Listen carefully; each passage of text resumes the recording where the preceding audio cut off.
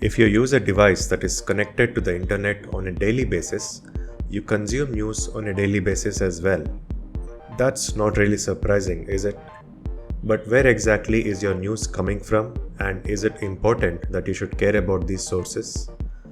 Personally, I'm a bit old fashioned and get my news in text form, either from the newspaper or from websites. I rarely consume news in video format, and still I manage to keep up with everything happening in the world.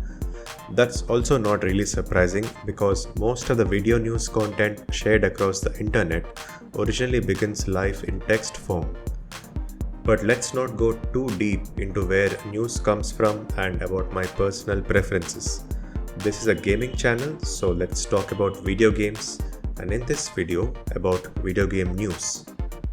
Like any other media, video games also have a large number of outlets dedicated to covering the events of the industry.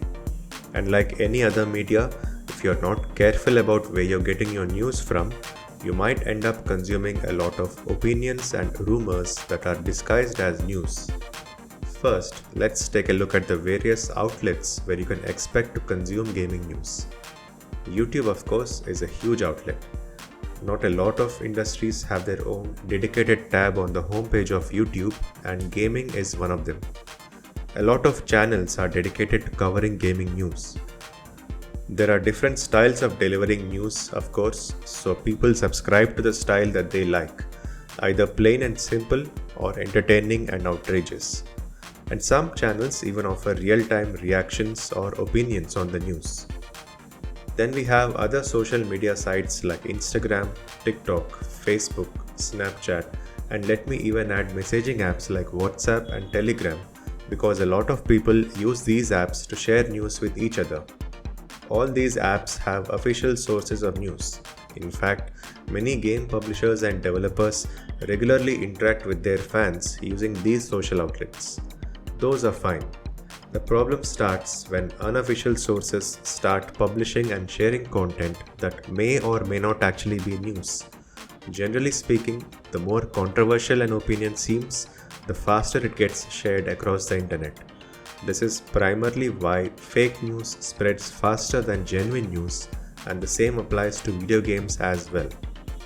Popular upcoming games like GTA 6 are prime targets for spreading fake news. Also, these websites allow just about anyone to run ads disguised as content, so you can very easily be tricked into clicking on a fake link disguised as breaking news.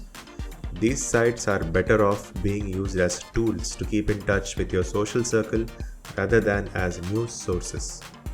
Still on the subject of social media, I wanted to specifically highlight Reddit and Discord. Discord is again primarily a messaging app, but it can also be used as a medium to spread news. A lot of publishers and developers use Reddit, Discord, or both to interact directly with their fans and address any concerns about their games. It is very common these days to find dedicated subreddits and Discord servers for almost every kind of game. Discord in particular is very popular with gaming communities these days and is an excellent way to keep track of your gaming hobby while also receiving news directly from the developers. Last but not the least, we have the old-fashioned options for people like me who prefer a slower text-based approach to consuming news. Websites like IGN, GameSpot, and Polygon are just a few of many portals which continue to offer news coverage on their websites. Platform holders like Xbox and PlayStation also have regularly updated blogs where they highlight the games that are releasing on their respective platforms.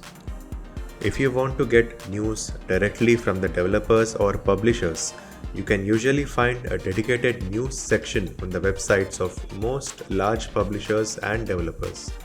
They don't post updates here as often as they do on social media, but all the important bits of news like the announcement and launch of games, as well as updates or DLCs, can be found on these sections. Given that there are hundreds of companies and games to keep track of, I'm not surprised that a lot of people simply choose the easy way of letting someone else summarize the news for them in a convenient video format. There is nothing wrong with this, of course, and it's the same concept of letting a newspaper decide what news you're exposed to each day.